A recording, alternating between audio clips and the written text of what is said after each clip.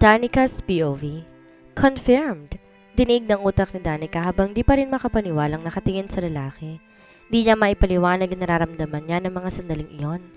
Ewan ba niya kung bakit para siyang pinagbagsakan ng langit at lupa? So siya ang boyfriend mo? Oo, at kakalbuhin kita kapag kinuwento mo sa iba na nagkita tayo dito, okay? Sabi nitong pinandilatan pa siya ng mga mata. Napakurap-kurap siya. Ang bilis naman ng transformation nito. Kaninang umaga parang lalaking-lalaki patong tingnan habang kasalo ko mag-breakfast. Ngayon tinalo pa ako sa kapal ng foundation at lipstick. Para siyang masusuka na hindi niya maintindihan. Basta itiko mo yung bibig mo ha. Wala kang ibang pagkukwentuhan na nakita mo ako dito. Sikreto lang natin tong dalawa. Anito sa kanya at saka mabilis na siyang tinalikuran. Nanlalamig ang kanyang mga talampakan habang sinusundan to ng tingin kasama ng boyfriend nito. Totoo nga talaga ito, hindi ako nag-a-assume lang. Lalaki talaga ang hanap ni Alejandro. Di niya alam kung bakit parang biglang sumama ang pakiramdam niya. Hanggang makauwi sa bahay, tulala pa rin siya. Napalingon siya sa una na ginagamit ni Alejandro. Napakurap-kurap siya.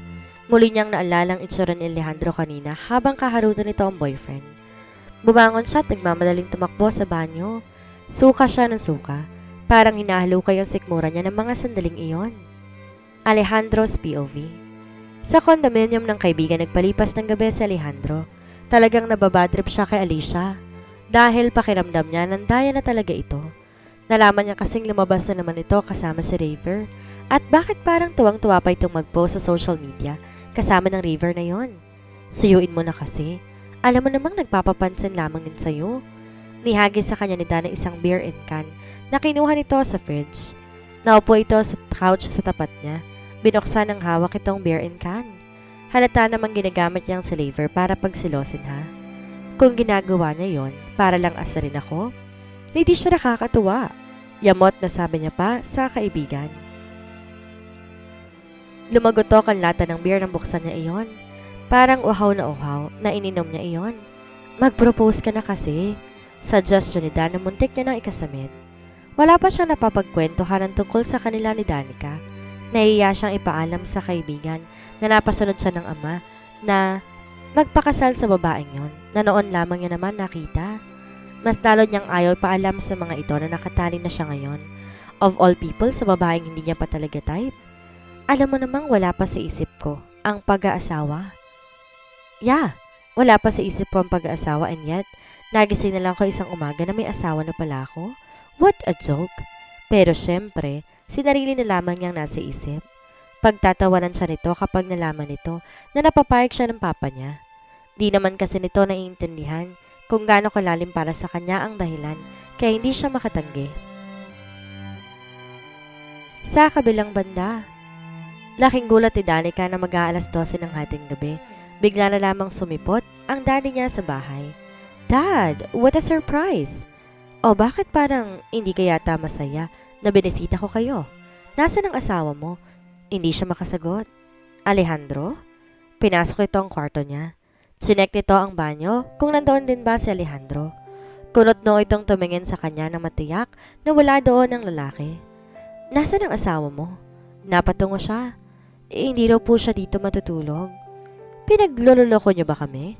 Galit na tanong pa nito sa kanya. Kung inaakala niyong biro ng tong pag-aasawa ninyo, nagkakamali kayo. Totohanan ng kasalang naganap sa inyo. Hindi kayo nagbabahay-bahayan lamang. Tawagan mo si Alejandro at pauwin mo dito. Pero dad, tawagan mo siya. Uuwi siya dito sa bahay ng asawa niya. Hindi siya makapaniwala na ang lalaking yon ang parating nagiging dahilan ng galit ng ama sa kanya. Never naman siya nitong napapagalitan noon. Pero ngayon nakasal siya kay Alejandro, parang napapadalas na siya nitong mapagalitan. Tawagan mong asawa mo at pauwiin mo dito. Utos ito sa kanya. Dad, nagprotestang mukhang tinignan niyang ama. Tatawagan mo siya o pareho kayong malilintikan sa akin? Mariing sabi nito sa kanya. Noon lang niya ito nakitang magalit ng gayon sa kanya. Napalunok siya. Di niya maintindihan ang nangyayaring to sa ama. Hindi na biro ito. Talagang sapilit na silang pinipilit na magsama ni Alejandro.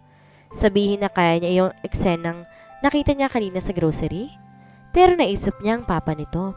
Tiyak mapapahamak ng husto si Alejandro dahil panigurado siyang sasabihin ng daddy niya sa papa nito ang nakita niya. Kahit naman ganon sa kanyang pamintang yon, ayaw naman niyang maputol ang kaligayahan nito ng dahil lamang sa kanya.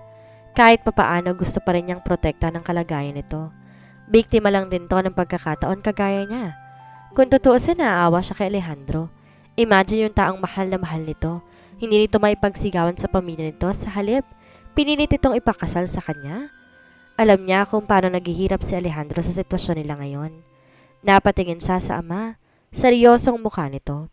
Kapag hindi niya sinunod ang utos niya, tiyak, malalagot si Alejandro sa papa nito. Napipilitang tinawagan niya ang asawa. "Oh, napatawag ka?" Iritadong sagot nito. "Nandito si daddy. Pinapauwi ka or else tatawagan daw niya ang papa mo at isusumbong ka raw." "What? Nagsumbong ka sa daddy mo?" "Syempre hindi, no. Hindi ko nga alam na bigla siyang uuwi dito eh." Aniya kay Alejandro na halatang iritado ang tono ng pananalita. Biglang inagaw ng daddy niya sa kanya ang kanyang cellphone. "Umuwi ka na dito. Ngayon din." Yun lang at mabilisan nitong pinatayan ng telepono ang lalaki. Nagulat siya sa ama. Bakit ba gano'n na lamang ito kaprosigido sa kanilang dalawa ni Alejandro? Hindi pa rin niya ito magets. Napaluha na siya. Ano ba ang akala ng daddy niya sa damdamin niya? Masama ang loob na bumalik na siya sa kanyang kwarto. Gusto niyang mahimbing na tulog niya pagdating ng asawa. Hindi pa rin niya yata ito kayang tingnan sa mga mata matapos itong mahuli sa grocery kanina kasama ng boyfriend nito. Wala man siyang feelings para dito pero bakit ganun? Parang dismayado pa rin siya na makita ito sa ganong ayos. Ipinikit niya ang kanyang mga mata at pinilit na makatulog. Ayaw na nga niyang maalala pang itsura ni Alejandro kanina dahil parang binabaliktad na naman ang sikmura niya. Alejandro's POV. Dahan-dahan pumasok ng bahay si Alejandro. Nagulat siya na madatnan ng ama ni Danica sa salas. Waring sadyang nakaabang sa pagdating niya. "Kung hindi pa ako umuwi, hindi ko malalaman may balak kang sa ibang bahay na magpalipas ng gabi." Sita nito sa kanya. "Pasensya na po, nagkatuwaan lang kami ng kaibigan ko eh. Hindi ka naman bawal lumabas kasama ng mga kaibigan mo. Pero siguraduhin mong uuwi ka sa asawa mo. Ayoko natutulog ka sa ibang bahay at iniiwan mo mag-isa dito si Danica." Napakamot siya sa ulo. "Pasensya na ho. Hindi biro ang matrimonyo ng kasal. Sagrado ang seremonya sa naganap sa inyo kaya seryosohin ninyo yung dalawa." Babala nito sa kanya, tsaka tumayo na at mabilis siyang tinalikuran. Gusto niyang sumigaw sa sobrang inis na nararamdaman. Pikon na talaga siya. Talagang bugbog sarado sa kanya. Si Adam, oras na magkita sila. Nilagay sila nito sa alanganin. Peste, bakit pa ba siya ang kailangang magsakripisyo? Sumasakit ng ulo niya. Hanggang ngayon hindi pa rin talaga siya makapaniwala sa pinasok niyang ito. Danica's POV. Nananaginip ako. Hinagkan daw siya ng Prince Charming niya. Ang galing daw ng Prince Charming niya. Ang macho at ang sulit ng mga yakap nito. Pakiramdam niya habang nakakulong siya sa mga bisig nito. Napaka-safe at komportable niya. Naparanok pa akot nang maglakbay isang kamay nito sa loob ng suot niyang shirt. Para siyang nahihilo na nakukuryente sa bagong emosyong nangyayari sa buong katawan. Nakikiliti na parang maiihi. Mahirap pangalanan ng emosyong binibigay nun sa kanya dahil first time kong maramdaman yon. Bahaga pa siyang napasigaw ng mahina. Nang maramdamang nasa harap niya na ang kamay nito, doon na siya biglang nagising. Hindi siya nananaginip lang. Nasa tabi niya si Alejandro. Nakadantay ang isang binti nito sa kanya habang isang kamay nasa loob ng pangitaas niya. Ang mukha nito nakadikit sa mukha niya. Ibig sabihin ito at hindi si Prince Charming ang kahagkan niya? Hindi siya nananaginip lang. Napasigaw siya na malakas sabay tampal dito. Inaalis ko na ang kamay nitong nasa itaas ko pero hindi ko yun maialis. Gulat na nagising si Alejandro. "Yung kamay mo, nasa loob ng pang-itaas ko. Tanggalin mo yan kung di uupakan kita." Natatarantang sabi niya rito. Biglang napabalikwas si Alejandro nang ma-realize kung ano ang ginagawa niya. Natatarantang tinanggal niya ang kanyang kamay sa loob pang-itaas nito. Peste, hiyang-hiya siya. Nananaginip siyang may kasadong babae. Di niya alam ito pala ang hinahawakan niya. Napadami ang beer na nainom niya kaya't kung ano-ano ang napapanaginipan niya. Natigilan siya. Totoo bang nakahagkan niya si Danica kanina? Peste, bastos ka. Mahilig. Sorry na nga ay nanaginip lang ako. Napadami kasi ang nainom ko eh. Aniyang dito matingnan ng diretso sa mata. Bigla siya napakurap. Di niya kayang hagkan na isang babae unless girlfriend niya ito. And yet sa kanyang panaginip na gawa niyang hagkan si Danica? Nagmamadali siyang tumakbo sa banyo at nag-toothbrush. Di niya alam kung totoong naganap ang hagkan o isang panaginip lamang. Sa kabilang banda, di ako makapaniwala. Ano ba ang nasa isip ni Alejandro habang ginagawa iyon? Na siya ang boyfriend nito? Para siyang mapapasok ka? But then, bakit ganun? Bakit para nag-enjoy siya sa mga hagkan nito? At bakit nakapagpapainit sa kanyang buong katawan ang ginawa nitong paghawak sa bahagi ng kanyang iyon? Pulang-pula ang kanyang mukha habang naiisip ang posibleng mangyari kung di kagad siya nagising. Sinampal niya ang magkabilang pisngi. Shock rin siguro si Alejandro nang ma-realize na babae ang katabi nito at hindi ang boyfriend nito. Bagong paligo lang ito nang lumabas ng banyo. Diring-diri siguro na nahawakan ang harap niya at nahagkan ang labing niya. Gosh, ini-imagine pa lang niyang ginagawa nito at ng boyfriend nito. Nagtitindigan ang balahibo niya. I'm sorry. Akala ko kasi... Okay na, basta wag mo na lang uulitin. Alam ko namang di mo yun sinasadya. Aniya dito. Parang hiyang-hiya siyang magsalubong ang kanilang mga paningin. Birhen ka pa ba talaga?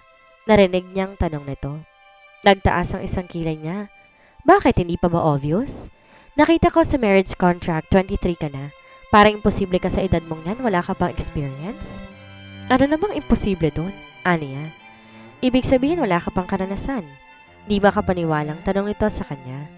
Iba naman kasi ang kultura dito sa Pinas. Tsaka teka, bakit ba akong tinatanong mo? Kung yung tanong ko kayang sagutin mo since marami ka namang experience pagdating sa...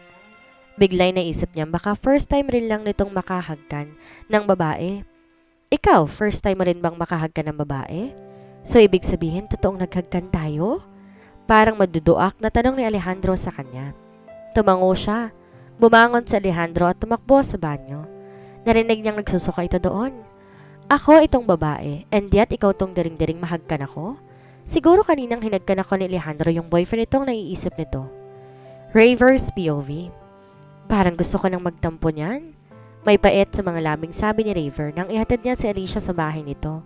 Matapos silang umattend ng isang fashion event dito. Akong kasama mo pero si Alejandro nasa isip mo? I'm sorry. Nag-away na naman siguro kayo, no? Tanong niya rito. Di makasagot si Alicia. I see. Malungkot na sabi niya. Naalala mo lang naman ako tuwing nag-aaway kayong dalawa. Raver? It's okay. Naiintindihan ko naman. Tsaka ginusto ko rin namang ipilit ang sarili ko sa'yo kahit na boyfriend mo lang kapatid ko. Kibit balikat na sabi niya. Kaya dapat tanggapin ko ng consequence ng kakulitan ko. Raver, ayokong isipin mo na ginagamit lamang kita. Paliwanag nito. Pero hindi ba't yun naman ang totoo? May amusement sa mga matang tanong niya rito. Mahal niya si Alicia kaya kahit na masakit para sa kanyang malaman na ginagamit lang siya nito para pagsilosin si Alejandro, pumapayag na rin siya. Masaya na siyang kasama to kahit na alam na niyang si Alejandro ang nasa isip nito. Gusto tuloy niyang sapakin ng kapatid sa ginagawa nitong pangbabaliwala kay Alicia. Sana pala ipinaubayan na lang ito sa kanya kung ganitong sasaktan din lang nito ang damdamin nito. Alejandro's POV. Hindi na ako dinalaw ng antok. Naalala pa rin niya ang malalambot na labing yon ni Danica. Di siya basta-basta naghahagka ng kung sino-sino. Di niya kayang gawin yon hanggat wala siyang feeling sa isang babae. Ewan niya kung bakit. Kaya naman kahit ang dami niya ng naka-flings, 3 babae lang ang nahagkan niya. At lahat yon naging girlfriend niya. At kung di pa naginip ang nangyari sa kanila ni Danica, ito ang pang-4 sa mga nahagkan niya. Gusto niya nakalimutan yun dahil para na naman siyang masusuka. Di niya na talaga gusto ang pakiramdam na gano'n ng isang babae na hindi niya mahal. Maselan siya pagdating sa bagay na yon. Sa dinami-rami ng po pwede niyang mapanaginipan. Bakit naman ganun pa? Kailangan maging mas maingat na siya sa kanyang pagtulog next time. Ayaw na niyang maulit pa ang nangyari. Hindi siya gagawa ng isang bagay na pagsisisihan niya pagdating ng araw. Muli naalala niyang kwento ng ina niya.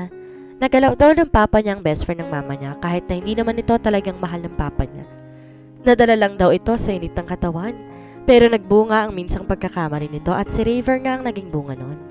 Naalala na naman niya si Raver. Nagiinit ang ulo niya kapag naalalang lalaking yon. Iniisip pa lang niya nag-e-enjoy to kasama ng girlfriend niyang si Alicia. Parang gusto niya nang magwala sa galit. Ilang araw na nakalipas at hanggang yon ayaw pa rin siyang kausapin ni Alicia. Alicia's POV. Until now, nagingit-ngit pa rin siya kay Alejandro. dahil parang baliwala lang dito ang ginawa niyang pagpapaselos. Ni hindi siya pinuntahan para sa UN. Tinawagan lamang siya nito. Ayaw niyang sagutin ng mga tawag nito dahil gusto niyang mag-effort man lang itong puntahan siya at sa UN. Pero wala. Matapos ang ilang attempts na missed calls, hindi ito tumatawag pang muli. Mas lalo lang siyang asar na asar. Ginagamit lang naman talaga niya si Raver. Gusto lang niya itong pagselosan dahil alam niyang malaki ang inis nito sa half-brother nito. Pero never naman siya nag-enjoy na kasama si Raver. Mahal talaga niya si Alejandro. Bakit nga ba siya nagpapakipot pa? Bukas kapag tumawag to sa kanya at makipagbati na siya, di pala niya kayang tikisin to ng matagal. Danica's POV. Nakabalik na ulit sa Batangas ang daddy niya nang magising siya kinabukasan. Ngayon lang nangyaring tinanghali siya ng gising. Di tuloy niya inabutan ng daddy niya. Bakit ba nagmamadali itong makabalik ng Batangas na hindi man lang siya hinintay na magising? O kaya bakit di man lang siya nito ginising? Nagtungo siya sa kusina. Nakita niyang fried rice, tortang talong at daing na bangus sa mesa, tsaka isang maliit na note ng daddy niya para sa kanya. Anak, di ko na kayo ginising at mukhang napasarap ang tulog niyo. Enjoy the breakfast, mahal ko kayo. Kayo? Pati si Alejandro mahal na nito? Napaismid siya ngulit maya-maya'y napangiti. Kabisado na talaga ng daddy niya ang mga paborito niya. Ginutom tuloy siya. Gumawa siya ng kape. Naisip niya baka hindi kumain si Alejandro ng tortang talong at daing na bangus, kaya nagprito siya ng 2 sunny side up egg, hotdog at ham. After 5 minutes, lumabas si Alejandro. Hindi pa niya ito inaalok, naupo na ito at sinimulang kainin ang niluto niya. Napaismid siya. Talagang ang tingin nito sa kanya ay obligasyon niyang pagsilbihan ito. As if naman mag-asawa silang matatawag. Baka naman next time gusto mong ikaw na magluto.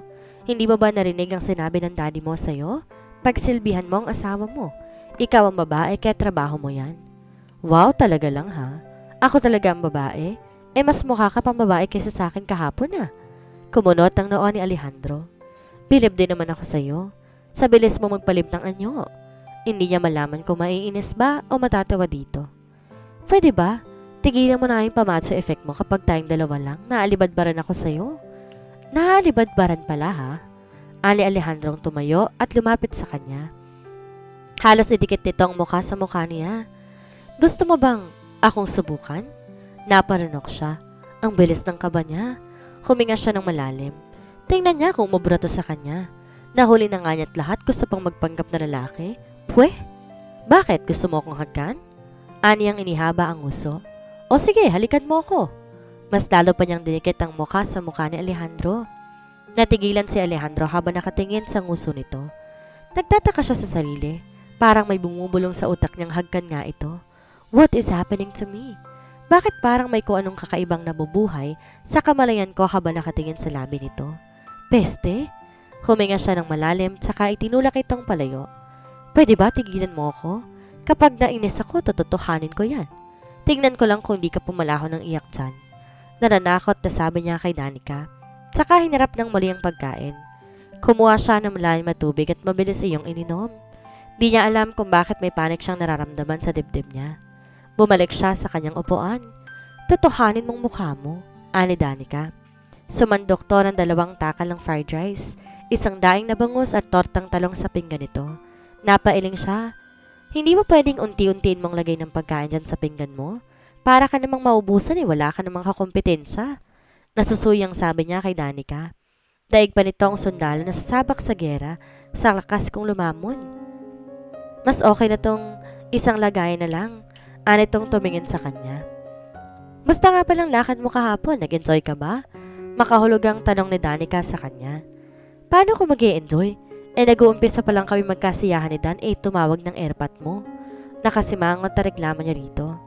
So, Dan pa lang pangalan niya. Interesadong tanong nito sa kanya. Nangunot ang noo niya. O ano namang pake mo kay Dan? Napahagikik ang bruha. Wala lang, curious lang ako. Alam ba niya yung tungkol sa atin? Tanong nitong muli. Bakit ko naman ikukwento yung tungkol sa atin? Wala akong pinagkukwentuhan nun, no? Pihadong pagtatawanan lang nila ako at saka alam naman nilang di ako mahilig sa bubuit.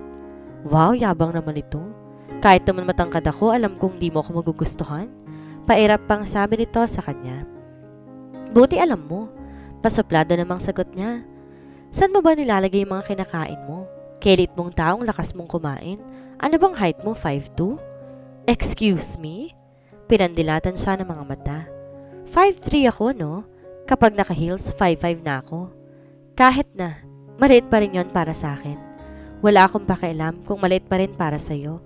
As if naman it matters. Nakairap na sabi ni Danica sa kanya. Mamaya nga pala, magsusulat ako kaya wag mo akong istorbohin. Don't worry, asawa kong paminta. Maghapon naman akong wala. Baka hating gabi na ako makauwi.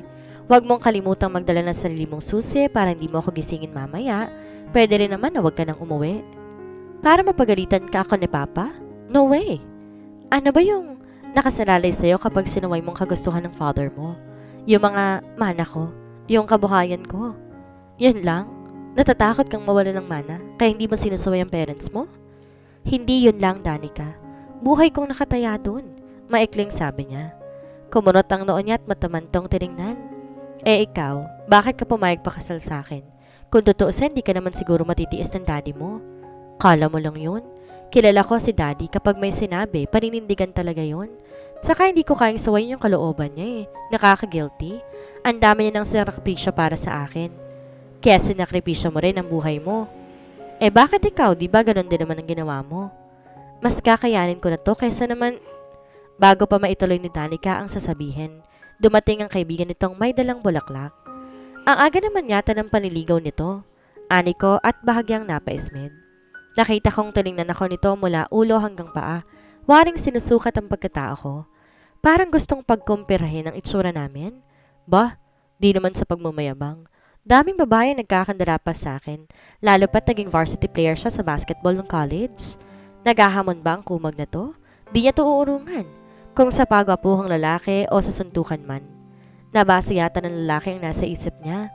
Inayos ang kwero na suot itong polo shirt at parang sinasabi ng mga ito sa kanya na hindi rin kita uurungan.